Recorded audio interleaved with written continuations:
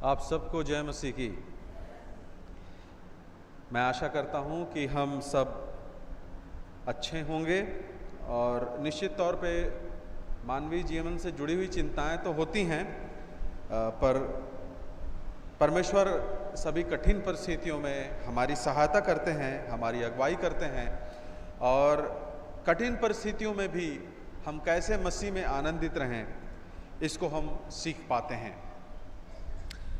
आज यदि हम दुखभोग सप्ताह के क्रमबद्ध अध्ययन में जाएं तो जैसा कि हम सारे लोग जानते हैं कि आज का जो दिन है वो प्रभु यीशु मसीह अपने शिष्यों के साथ फसह का पर्व मनाते हैं। ये इस घटना वाला दिन आज को माना जाता है पारंपरिक रूप से। और हमने कल भी इस बात को परमेश्वर के वचन से देखा था कि ये जो पुनरुत्थान का जो पर्व है वो छुटकारे का पर्व है और ये यीशु मसीह के जीवन से जुड़ी जो घटनाएं इस समय घट रही हैं वो सब फसह के पर्व के संदर्भ में घट रही हैं। और जिस संदर्भ की कल हम बात कर रहे थे, जिसमें सारे लोग यरूशलेम में फसह का पर्व मनाने के लिए एकत्रित हो रहे थे, आज वो फसह का पर्व वास्तविक रूप में यीशु मसीह आज मनाते हैं। He celebrates the Passover with his dear disciples. यीशु मसीह फसह के पर्व को अपने चेलों के साथ में मनाते हैं। और हमने कल भी इस बात को देखा था कि फसह का पर्व जो है उसमें छुटकारे की अनुगूंज है ना। छुटकारा इको होता है, there is a echo of liberation and solvation.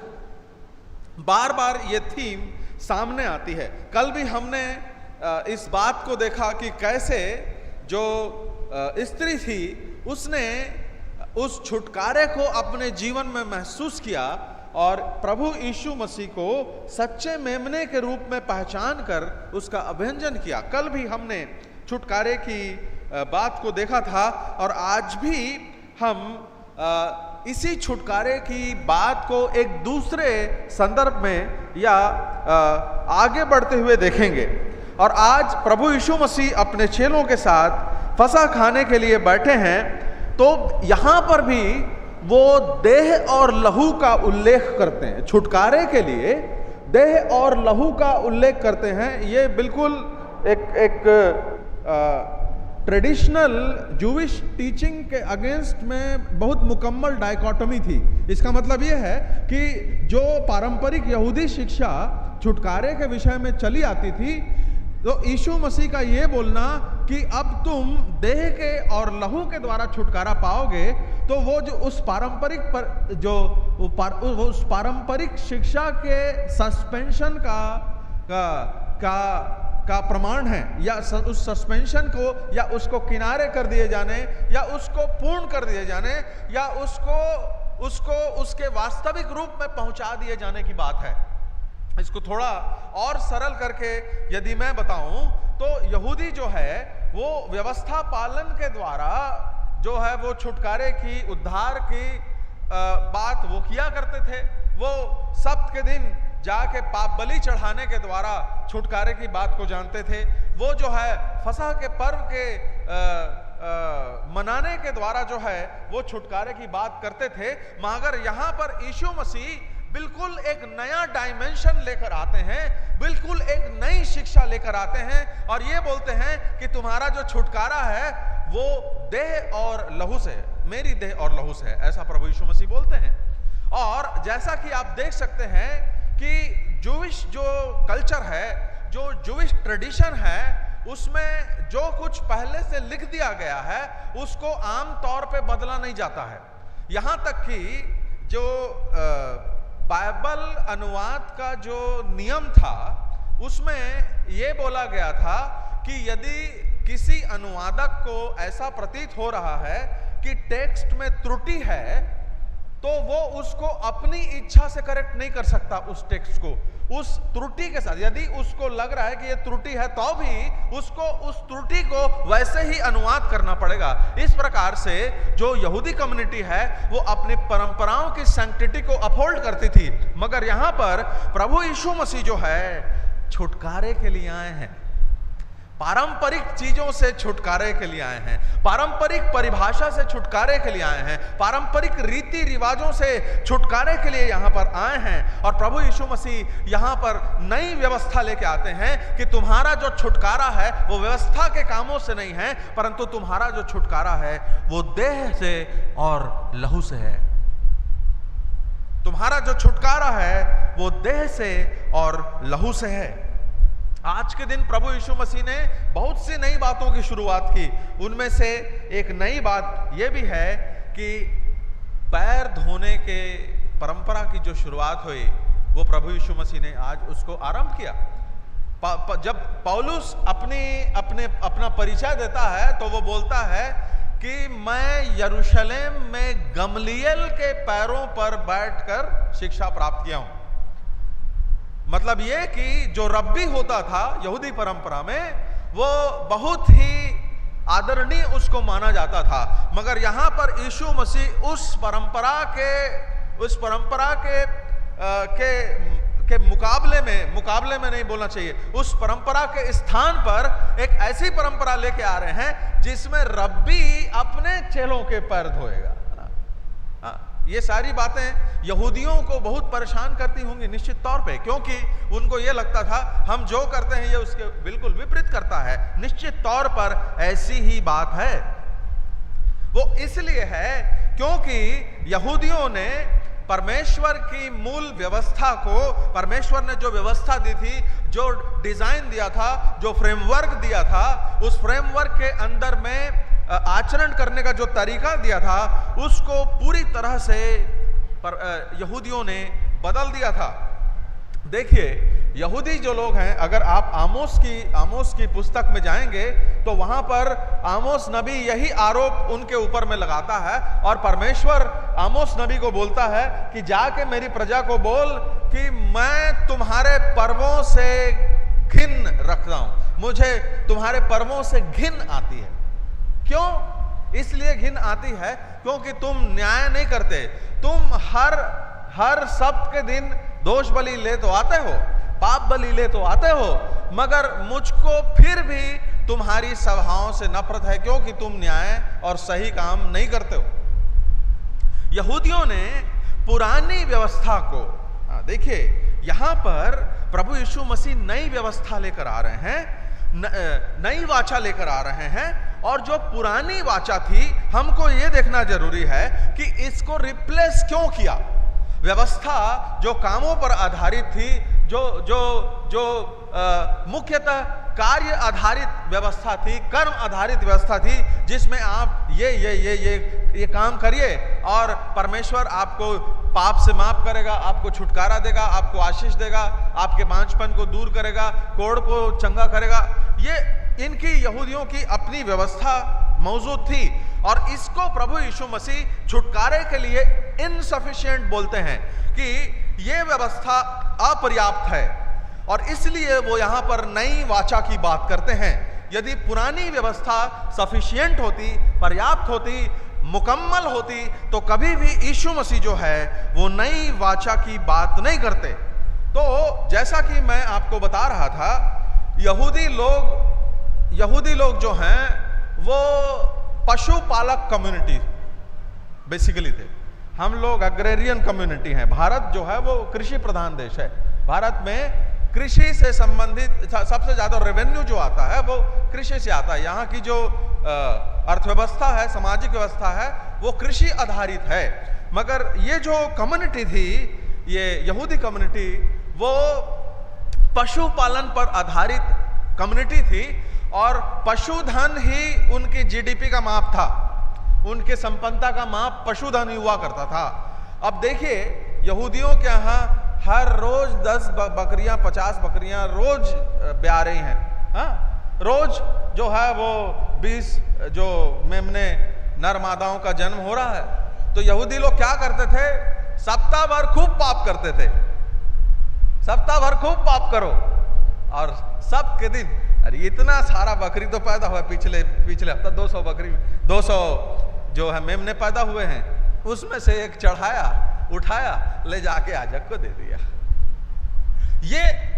ये थी कैसे यहूदियों ने व्यवस्था को विकृत किया। जो परमेश्वर ने ये जो बलिदान के द्वारा, अगर आप उसके बाद इब्रानियों के पुस्तक में जाके देखेंगे तो बहुत स्पष्टता से बोला गया है कि बकरों और मेढ़ों के लहू के द्वारा उद्धार नहीं है। और ये भी निश्चित तौर पे हम इस बात को देख सकते हैं कि ये प्रतीकात्मक था, एक बलिदान का चढ़ाया जाना प्रतीकात्मक था।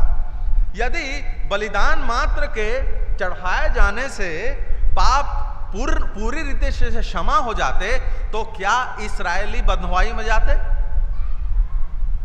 वो शब्द भी मनाते थे, मूर्ति पूजा भी करते थे, और उसके बाद परमेश्वर उनको दंडित भी करता था। तो ये व्यवस्था प्रतीकात्मक थी, इसको इसलिए दिया गया था कि आप बलिदान चढ़ा दीजिए, ये प्रतीक है, मगर एक्चुअल में आपका जो चेंज है वो कहां पर होना चाहिए? इधर इंटरनल चेंज होना चाहिए। मुझको बकरों और मेढ़ों के मांस का लालच नहीं है।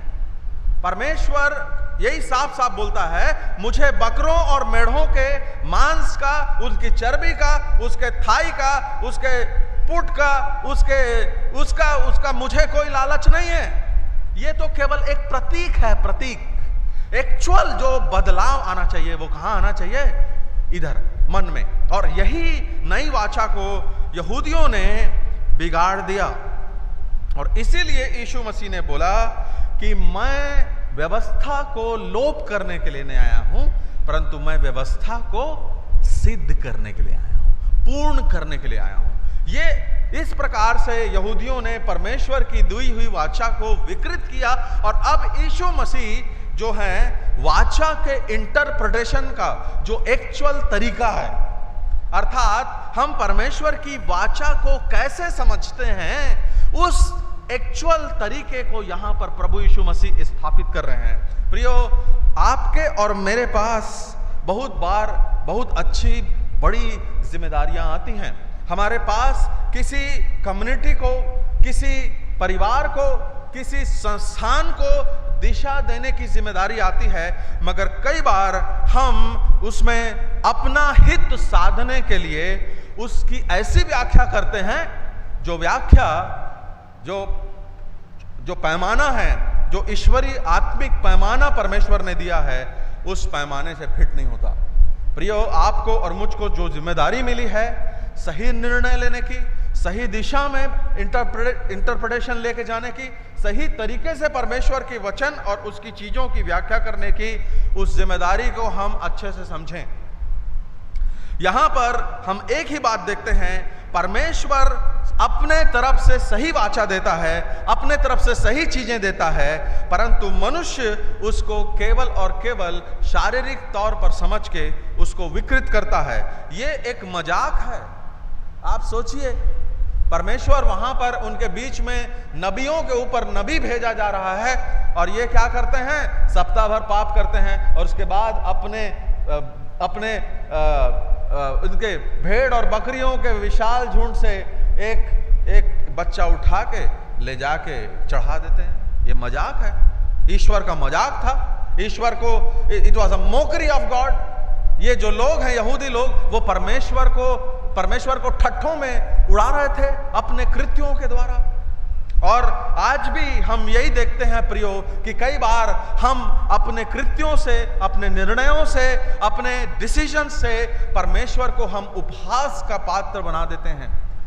कितने स्थानों पर गलत तरीके से मसीही लोग, जो जिम्मेदार मसीही लोग होते हैं, बिशप्स होते हैं, और दूसरी जो बॉडीज होते हैं, वो लोग जिस उद्देश्य से इस प्रॉपर्टी को मिशनरियों ने हम लोगों को दिया था, उसमें हम अमानत में खयानत करके उन चीजों को बेच देते हैं, और उस विजन का जो दर्शन हमको मिशनरी लोग दे के गए थे, हम उसका मजाक उड़ाते हैं। प्रियो, हम अपनी हर एक बात के लिए परमेश्वर को जवाबदेह ठहरते हैं। इसलिए यदि कोई चीज हमको संपूर्णता में दी गई है, यदि कोई शिक्षा हमको संपूर्णता में दी गई है, तो आइए हम उसको उसी संपूर्णता में पूरा करें। नहीं तो एक दिन परमेश्वर उस व्यवस्था को बदल देगा और नई व्यवस्था लेके आएगा, और हो सकता है हम जो पुराने लोग उस व्यवस्था को पकड़ के बैठे हुए होंगे, उस नई व्यवस्था के हकदार नहीं होंगे। यहां पे पहली बात हम इस नई वाचा के रूप में देखते हैं कि ये टेम्पररी नहीं थी, ये परमानेंट वाचा थी। ये जो वाचा प्रभु यीशु मसीह जिस वाचा की बात कर रहे हैं, जो यहां पर यीशु मसीह साफ साफ बोलते हैं यहां पे कि उसने और उन्हें देकर कहा, जब वे खा रहे थे तो यीशु ने रोटी ली और आशीष मांगकर तोड़ी और चेलों को देकर कहा, लो खाओ, ये मेरी देह है। फिर उसने कटोरा लेकर धन्यवाद किया और उन्हें देकर कहा, तुम सब इसमें से पियो, क्योंकि यह वाचा का मेरा वो लहू है जो बहुतों की पाप क्षमा के निमित्त बहाया जाता है। प्रभु यीशु मसीह जिस नई वाचा को हमारे साथ में बांधते हैं, उन्होंने जिस नई वाचा की शुरुआत की, उसकी सबसे बड़ी विशेषता हम देखते हैं कि पुरानी वाचा टेम्पररी थी। उसमें बार बार बलिदान चढ़ाना पड़ता था। जब भी पाप किए उसके बाद आपको लगता है कि आपसे पाप हुआ है, तो आप जाके बलिदान चढ़ाइए और रिपेंट करिए, है ना। और यदि वो मुकम्मल वाचा होती, परफेक्ट होता, वो बलिदान परफेक्ट होता या वो वाचा परफेक्ट होती, तो बार बार उसको उसमें जो है वो बलिदान चढ़ाने की क्या जरूरत पड़ती। बार बार उसको करने का मतलब यही है कि पिछली बार जो तुमने किया वो मुकम्मल नहीं था, अपूर्ण था, परफेक्ट नहीं था, टेम्पररी था। परंतु जो यीशु मसीह के लहू की जो वाचा है, ये परमानेंट वाचा है। निर्गमन उसके 12 अध्याय के 3 पद में हम देखते हैं क्या लिखा है। निर्गमन 12:3,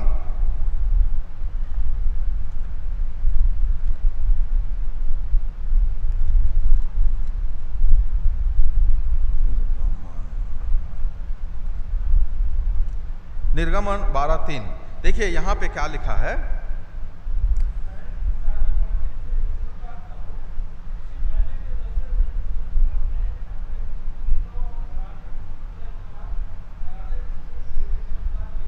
जी धन्यवाद। अपने अपने घराने के पीछे एक एक मेमना ले रखो।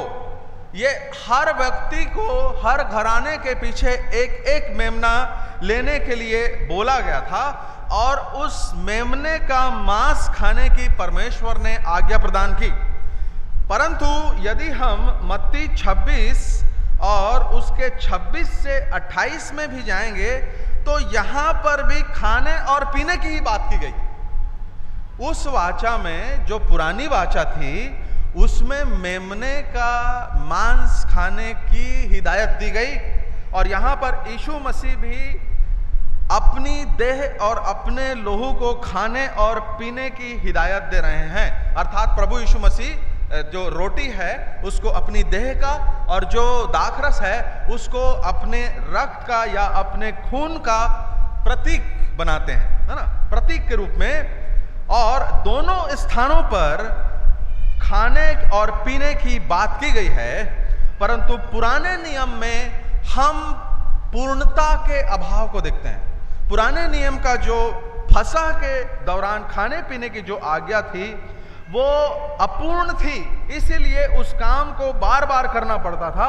और इस्राएलियों ने ये बार बार किया जाने वाला बकरों और मेढ़ों का जो बलिदान है, वो इस्राएलियों को पाप करने से नहीं बचा पाया।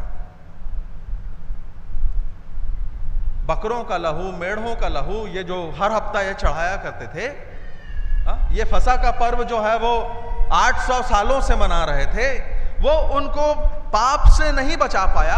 और आने वाले समय में ये लोग बाल, अशेरा, तम्मूज, मोलेक ऐसे देवताओं की पूजा में पड़े। अगर उनकी जो पाप क्षमा है वो मुकम्मल होती पुराने नियम की व्यवस्था के अनुसार, तो ये बार बार पाप में गिरते क्यों? इसलिए वो बार बार पाप में गिरे क्योंकि उस समय की जो वाचा थी उसमें अपूर्णता थी और इन देवताओं की पूजा करके उनको बंधुआई में जाना पड़ा। परमेश्वर ने उनको दंडित किया। मगर देखिए, हम इब्रानी उसके 10 अध्याय के 4 पद को निकालेंगे। इब्रानी 10:4 में क्या लिखा है देखिए।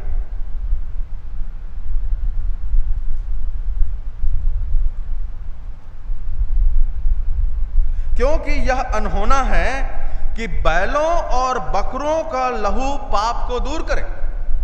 आप देख रहे हैं यहां पर एक व्यवस्था है और उस व्यवस्था को यीशु मसीह ये बोलकर गलत ठहरा रहे हैं। परमेश्वर का वचन इसको ये बोलकर गलत ठहरा रहा है कि बकरों और मेढ़ों का लहू इम्परफेक्ट है, क्योंकि पहले भी वही हुआ करता था और इस कारण बकरों और मेढ़ों का लहू चढ़ाने के बावजूद इस्राएली लोग पाप में गिरे। परंतु इब्रानी उसके 9 अध्याय के 14 और 15 पद में है, मैं पढ़ता हूं, तो मसीह का लहू जिसने अपने आप को सनातन आत्मा के द्वारा परमेश्वर के सामने निर्दोष चढ़ाया, तुम्हारे विवेक को मरे हुए कामों से क्यों न शुद्ध करेगा, ताकि तुम जीवते परमेश्वर की सेवा करो।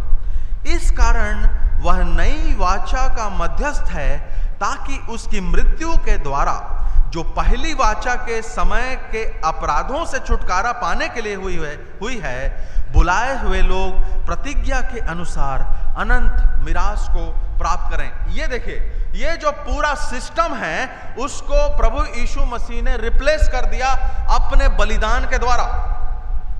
पुरानी वाचा अपूर्ण थी, नई वाचा जो है वो मुकम्मल है और अपने बलिदान के द्वारा और अपनी मध्यस्थता के द्वारा प्रभु यीशु मसीह जो है वो अनंत जीवन देने वाला बना। यहां पे लिखा है कि ये जो नई वाचा का मध्यस्थ है, ताकि उसकी मृत्यु के द्वारा जो पहली वाचा के समय के अपराधों से छुटकारा पाने के लिए हुई है, बुलाए हुए लोग प्रतिज्ञा के अनुसार अनंत मिरास को प्राप्त करें। प्रियो, हमारे उद्धार का जो एकमात्र रास्ता खुलता है। अब आप लोग ये सोचेंगे कि बिल्कुल हम लोग यीशु मसीह में नई वाचा वाले हैं। हाँ हैं, हम लोग हैं यीशु मसीह में नई वाचा वाले हैं। आगे हम देखेंगे कि कैसे यीशु मसीह में हम नई वाचा के लोग बनते हैं। परंतु एक ही बात है यहां पर, वो बात यह है कि क्या हम प्रभु यीशु मसीह को इस व्यक्तिगत मेमने के रूप में पहचानते हैं। हमारे व्यक्तिगत रूप मेमने के रूप में यदि हम पहचानेंगे, तब उस मेमने का जो लहू है, तब उस मेमने का जो रक्त है वो हमारे जीवन में कार्यशील होगा प्रियो। नहीं तो ये जान लीजिए कि जैसे वो जो यहूदीनी स्त्री जिसके बारे में कल हमने देखा, यहूदीनी होके भी जीवन भर पाप में पड़ी रहे, फसह का मेमना खाते हुए पाप में पड़ी रहे, उसी प्रकार यदि हम भी इस प्रभु यीशु मसीह के लहू को व्यक्तिगत रूप से न पहचाने, अपने पर्सनल उद्धारकर्ता के रूप में जब तक न पहचाने, तब तक हम इस नई वाचा के सहभागी नहीं हो सकते प्रियो। ये एक अच्छी बात है कि प्रभु यीशु मसीह ने पुरानी चीजों को, विशेष करके कार्य पर आधारित चीजों को खत्म कर दिया और एक ही चीज को यीशु मसीह लेके आया, और वो है हम विश्वास के द्वारा धर्मी ठहराए जाते हैं। अब हम दूसरी बात यहां पर देखते हैं, और वो ये है कि इस उद्धार की नई योजना में पुरानी वाचा तो गई, उसको यीशु मसीह ने, वो मुकम्मल नहीं थी, उसको किनारे कर दिया। जिस चीज को बार बार करना पड़े वो उसकी अपूर्णता को दर्शाता है। परंतु अब यीशु मसीह ने एक ही बार अपने लहू के द्वारा परम पवित्र स्थान में प्रवेश करने के द्वारा उसने उस नई वाचा को उद्धार की वाचा के रूप में स्थापित किया। परंतु ये उद्धार की वाचा भी जो थी वो केवल यहूदियों से बांधी गई थी। है भाई, यीशु मसीह की टेबल पे कौन बैठा था?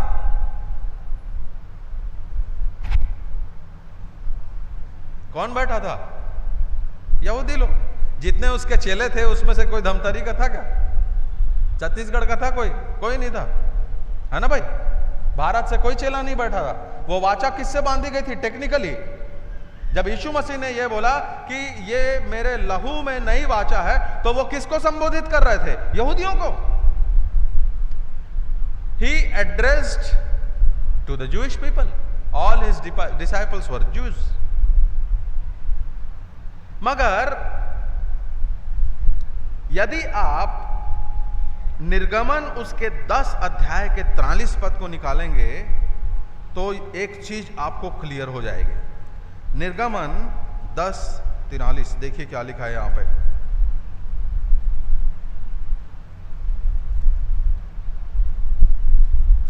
माफ कीजिए, इसमें 43 पद नहीं है। निर्गमन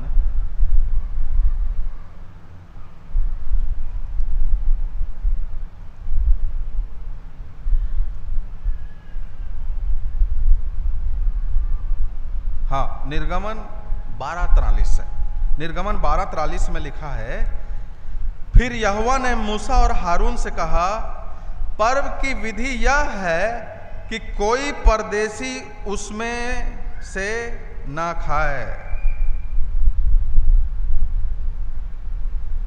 कोई परदेशी उसमें से ना खाए। पुरानी वाचा जो है वो केवल यहूदियों के लिए स्थापित की गई थी, उसमें हमारे छुटकारे की कोई व्यवस्था नहीं थी।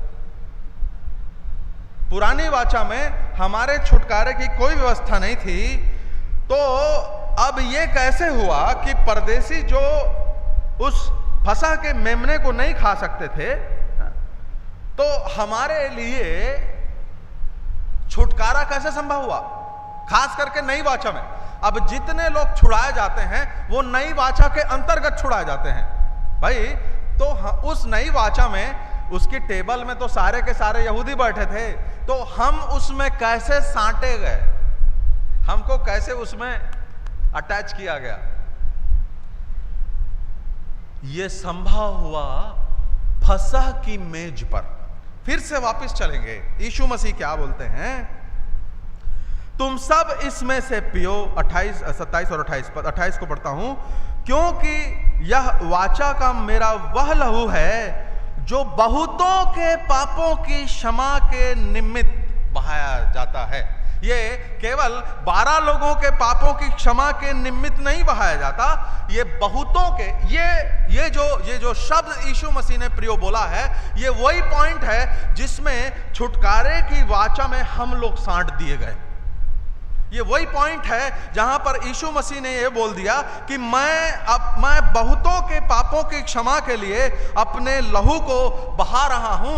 यहीं पर से नई वाचा में हमारी एंट्री होती है। उसके पहले न हम लोग न तो पुरानी वाचा के हकदार थे और न नई वाचा के। पुरानी वाचा तो वैसे भी अपूर्ण थी, उसमें शामिल होने का कोई मतलब नहीं था। नई वाचा में इस तरीके से यीशु मसीह ने फसह के टेबल के ऊपर में, प्रभु भोज की मेज के ऊपर में हमको इस नई वाचा में साँट दिया। प्रिय, हमारा उद्धार, हमारा छुटकारा, हमारा बचाया जाना, यहीं पर से हम नया इस्राएल बन गए। इस्राएली केवल वही हो सकता है जो अब्राहमिक ब्लड लाइन में हो, है ना, जो इब्राहिम का वंशज हो, वही केवल यहूदी हो सकता है, वही केवल इस्राएली हो सकता है।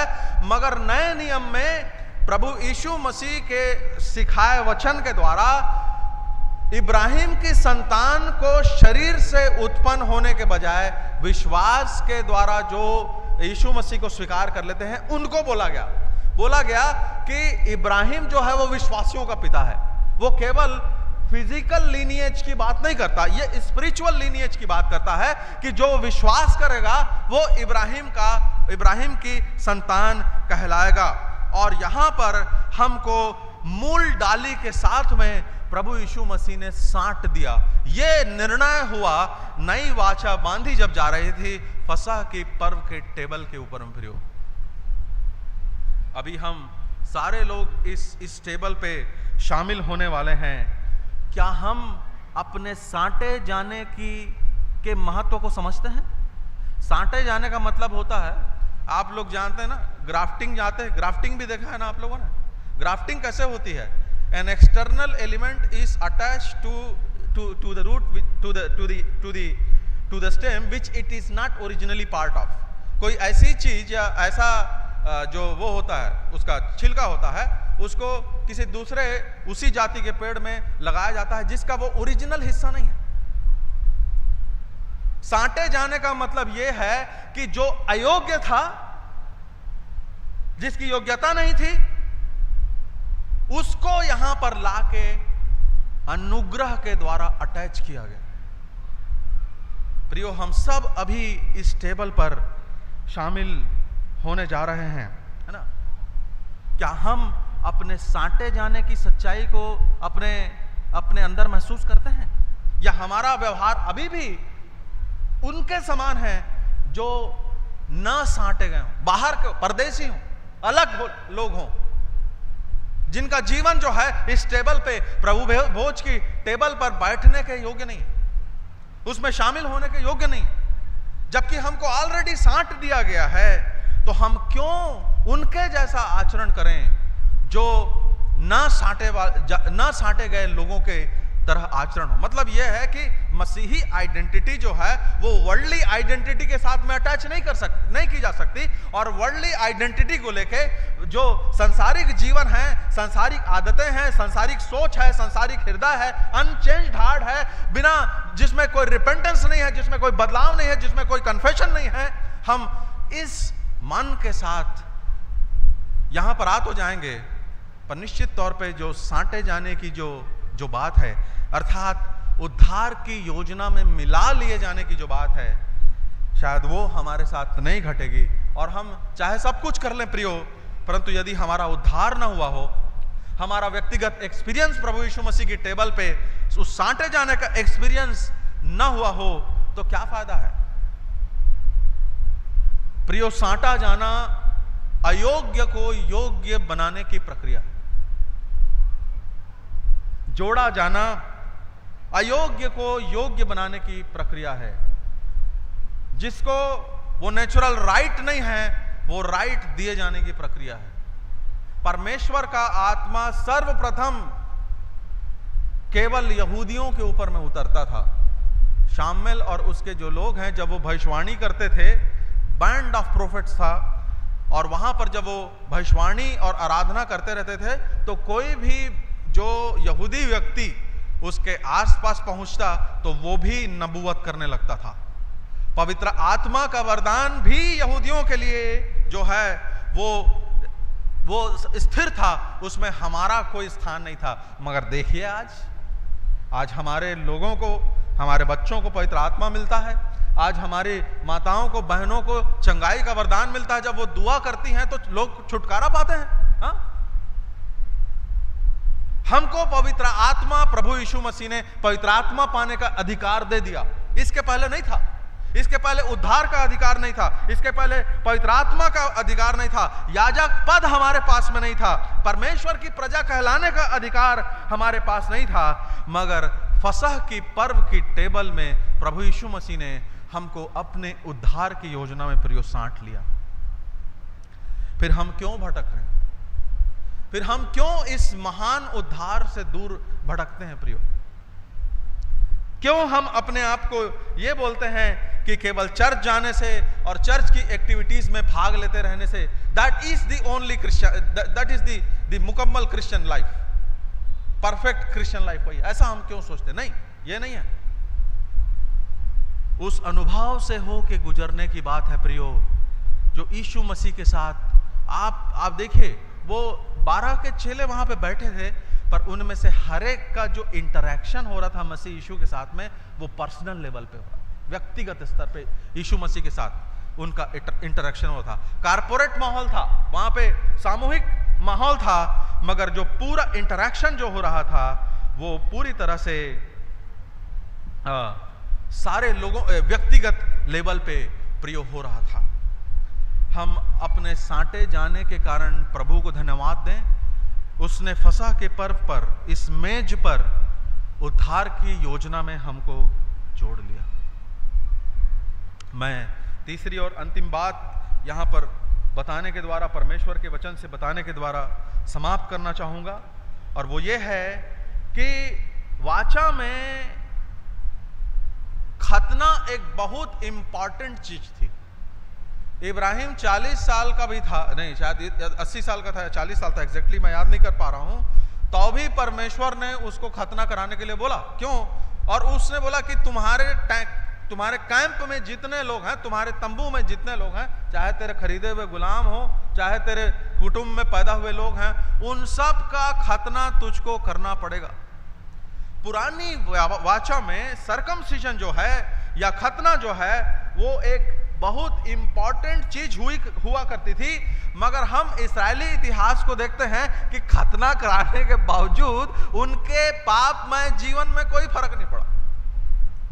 इसीलिए परमेश्वर ने इन सभी चीजों को प्रतीक के रूप में स्थापित किया है, और एक्चुअल में वो ये बोलता है कि खतना शरीर का नहीं होना चाहिए, खतना किसका होना चाहिए? तुम्हारे हृदय का खतना होना चाहिए। देखिए यिर्मयाह उसके 31 अध्याय और 33 पद में क्या लिखा है? यिर्मयाह 31-33।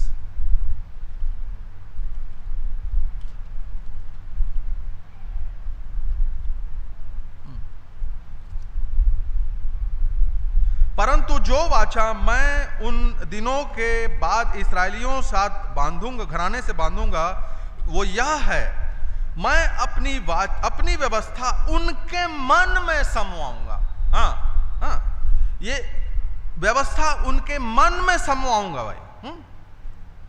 वाचा जो है वो एक्चुअल में इस तरीके से नहीं बांधी जाती, शारीरिक तरीके से नहीं बांधी जाती। वाचा जो है वो उसमें हमारा हृदय, हमारा डिसीजन, हमारा सब कुछ जो है वो पूरी रीति से इन्वॉल्व होता है। यिर्मयाह के ही 4 अध्याय के 4 पद में लिखा है, और हे यहूदा के लोगों और यरूशलेम के निवासियों, यहोवा के लिए अपना खतना करो। हां, अपने मन का खतना करो। यहोवा के लिए खतना करो को यहूदी लोग बहुत आसानी से फिजिकल संदर्भ में समझते है ना, कि खतना बोला है, शारीरिक खतने की बात कर रहे हैं, मगर तुरंत यहां पे यिर्मयाह बोलता है कि यहोवा के लिए अपना खतना करो, हां, अपने मन का खतना करो। अब हमारे लिए मन एक बहुत साधारण बात हो सकती है, मन या हृदय, मगर आप यहूदी परंपरा में जाएंगे तो ये पाएंगे मन को भावनाओं की उत्पत्ति का मूल स्रोत माना जाता है, द सीट ऑफ इमोशंस, जहां से भावनाएं उत्पन्न होती हैं और भावनाओं से कार्य उत्पन्न होता है, डिसीजन मेकिंग होती है ना। यहूदी व्यवस्था में मन को हर प्रकार की भावनाओं की उत्पत्ति का स्रोत माना जाता है, और भावनाएं ही कार्य को अस्तित्व में लेकर आती हैं। जैसी भावना होगी वैसा हमारा निर्णय होगा, और जैसा हमारा निर्णय होगा वैसा हमारा आचरण होगा। और यहां पर जब मन के खतने की बात परमेश्वर का वचन यिर्मयाह में करता है, तो उसका एक ही मतलब है, और वो मतलब यह है कि हमारे अंदर जो भावनाओं की उत्पत्ति की जो प्रक्रिया है, emotions, the way the emotions are evolved from within our heart, it should be replaced with a spiritual process than a mere physical emotional process। मतलब ये कि हमारे अंदर से जब भावनाएं उत्पन्न होती हैं तो उनका मौलिक झुकाव आत्मिक होना चाहिए, तब हमारे डिसीजन भी आत्मिक होंगे और हमारा आचरण भी आत्मिक होगा। नई वाचा में जब हम प्रवेश करते हैं तो हम अपने हृदय के खतने के साथ उसमें प्रवेश करते हैं। जब तक हमारे हृदय का खतना ना हुआ हो, मतलब उसको और साधारण तरीके से नए नियम के संदर्भ में बोला जाए, जब तक हम नए सिरे से न जन्मे हो, है ना,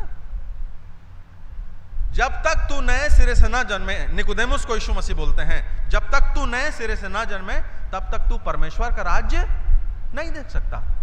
और निकोदेमुस तो उससे उसी प्रोसेस की बात कर रहा है कि मैं क्या अपने माता के गर्भ में वापस जाऊंगा, फिजिकल प्रोसेस की बात कर रहा है। मगर यीशु मसीह यहां पर उसको यही बोल रहे हैं, निकोदेमुस तुमको नए सिरे से जन्मना जरूरी है। इसका मतलब यह है आत्मा से जन्मना जरूरी है, पाप की क्षमा का अनुभव होना जरूरी है। और जब वो अनुभव होता है तब हम अपने साँटे जाने की जो बात है, जब हमको उद्धार की योजना में मिला लिए जाने की बात है, वो बात प्रियो तब पूरी होती है।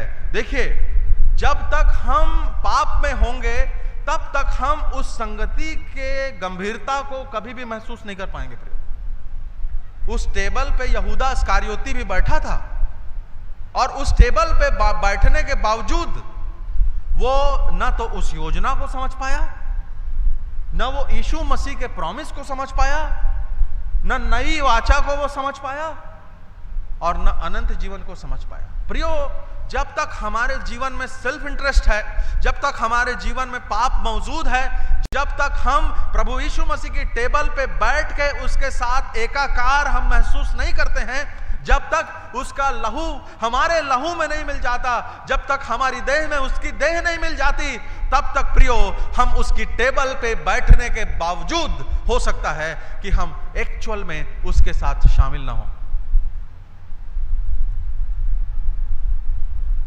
उद्धार की योजना में शामिल कर लेने के बावजूद यदि हम पाप में जीवन में जी रहे हैं प्रियो, तो उस नई वाचा का कोई भी लाभ हमको नहीं मिलता। देखिए, जब इस्राएल के साथ हमको प्रभु यीशु मसीह ने साँटा, जब इस्राएल की प्रतिज्ञाओं को हमारी प्रतिज्ञाओं के साथ जोड़ दिया, तो उसका मतलब यह है कि इस्राएल को मिलने वाली हर एक आशीष, उसको मिलने वाली हर एक प्रतिज्ञा, उसको जो परमेश्वर ने शपथ खा के अपनी प्रजा ठहराया था, वो सारी चीजें हमको मिल जाती हैं। मगर हम उसको तभी प्राप्त कर सकते हैं जब हम प्रभु यीशु मसीह के रक्त में, उसके लहू में और उसकी देह में बांधी गई नई वाचा को ठीक से समझते हैं।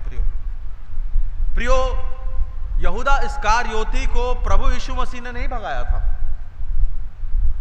वो अपनी इच्छा से चला गया, अपनी स्वेच्छा से चला गया। क्यों?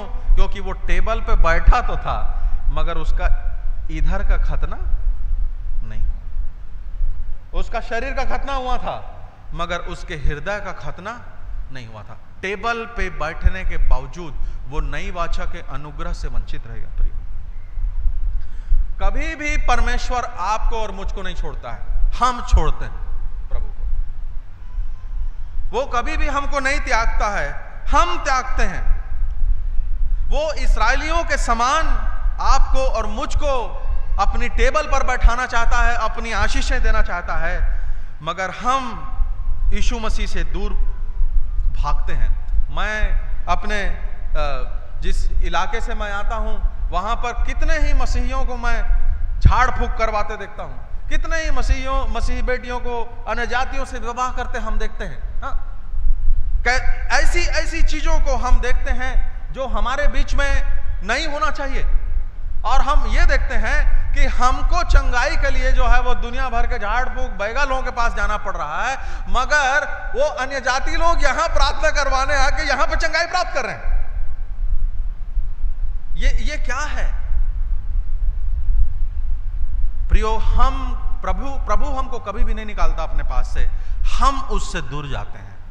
जब जो उसके पास आता है उसको चंगाई मिलती है, उसको छुटकारा मिलता है, उसके जीवन का श्राप टूटता है। और जो उससे दूर जाता है उसके जीवन में वो सारी बुराइयां, वो सारे श्राप आ जाते हैं। कुछ साल पहले मैं अनूपपुर गया था सेवा के लिए, और अनूपपुर के एक आदिवासी गांव में इंटीरियर क्षेत्र में पास्टर जी मुझको लेकर गए थे। वहां पर मैं शिक्षा देने के लिए गया था और एक जवान लड़के को बुलाया। मेरे ख्याल से वो लड़का ऐसे 16-18 साल का रहा होगा, और बोले अपनी शर्ट उतारो।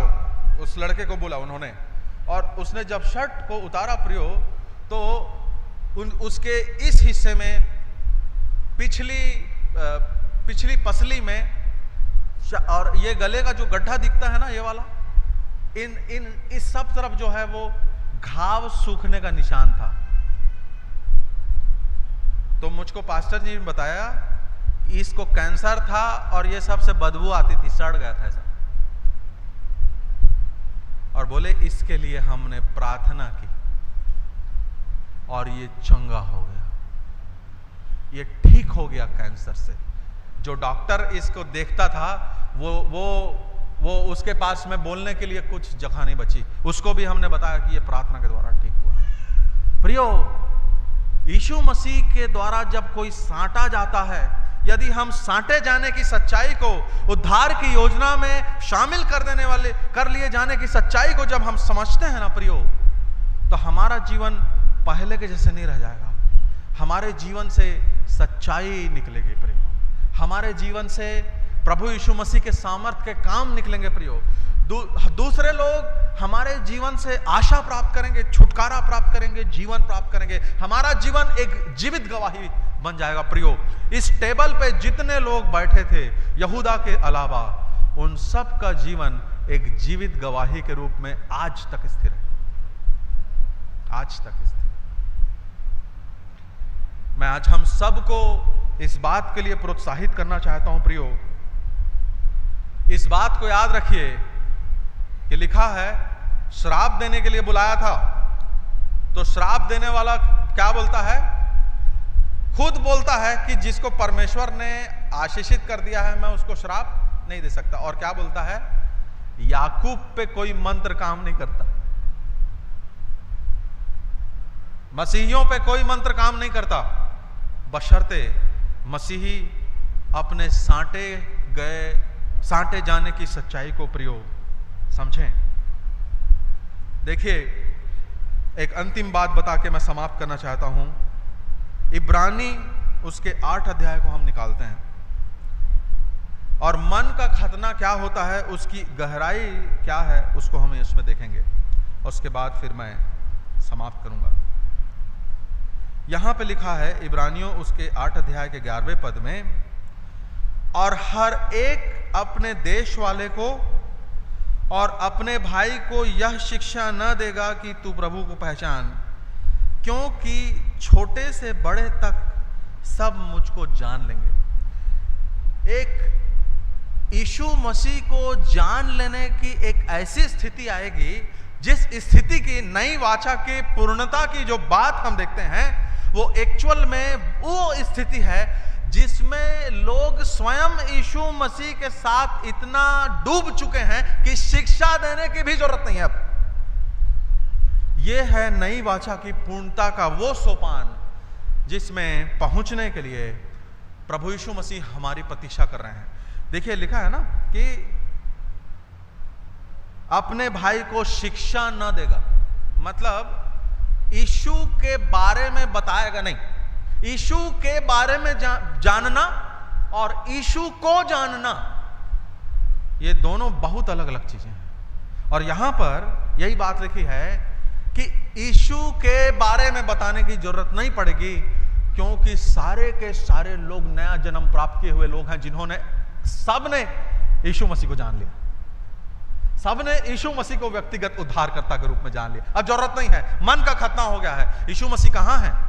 इधर है, हमारे मनों में है, हमारे जीवन में है, हमारे लहू में है, हमारी सोच में है, हमारे इमोशंस में है प्रभु यीशु मसीह। प्रियो, ये वही नई वाचा है जिसके विषय में प्रभु यीशु मसीह बोलते हैं कि अपनी व्यवस्था उनके मनों में डालूंगा। प्रियो, हम जिनको नई वाचा में शामिल किया गया है, हमारा अवसर, हमारा जीवन, सब कुछ एक नए अवसर के अंतर्गत जो सौभाग्य हमको मिला है उसमें गुथा हुआ है। आज ये जो मेज है प्रियो हमारे सामने लगाई गई है, उस मेज में प्रभु यीशु मसीह ने हमारे लिए उद्धार की व्यवस्था की। आज इस मेज में हम उस उद्धार की व्यवस्था को स्मरण करेंगे और नवीनता को अपने हृदय में महसूस करेंगे। और उसके बाद भविष्य में एक और मेज लगेगी मेमने के सामने। प्रकाशित वाक्य 19 में, प्रकाशित वाक्य 19 अध्याय में एक और मेज लगी है प्रियो। और ये मेज लगी है मेमने के ब्याह के भोज की मेज। और मैं केवल एक ही बात आप लोगों से बोलना चाहता हूं, क्या आपको और मुझको कॉन्फिडेंस है कि इस भोज में हम शामिल होंगे? क्या आपको और मुझको कॉन्फिडेंस है कि हम मेमने के विवाह के साक्षी ठहरेंगे? क्या आपको और मुझको कॉन्फिडेंस है कि हां, मैं इस मेज में शामिल होऊंगा, मैं इस मेज में शामिल होंगे, मेमने के ब्याह की भोज की मेज में परिवार। और यदि हम उसमें शामिल होना चाहते हैं तो आज हम अपने हृदय का खतना करें और हृदय से यीशु मसीह को जानें, यीशु मसीह के बारे में नहीं, पर व्यक्तिगत उद्धारकर्ता के रूप में प्रभु यीशु मसीह को जानें। परमेश्वर हम सबों को इस वचन के द्वारा नया बनाए।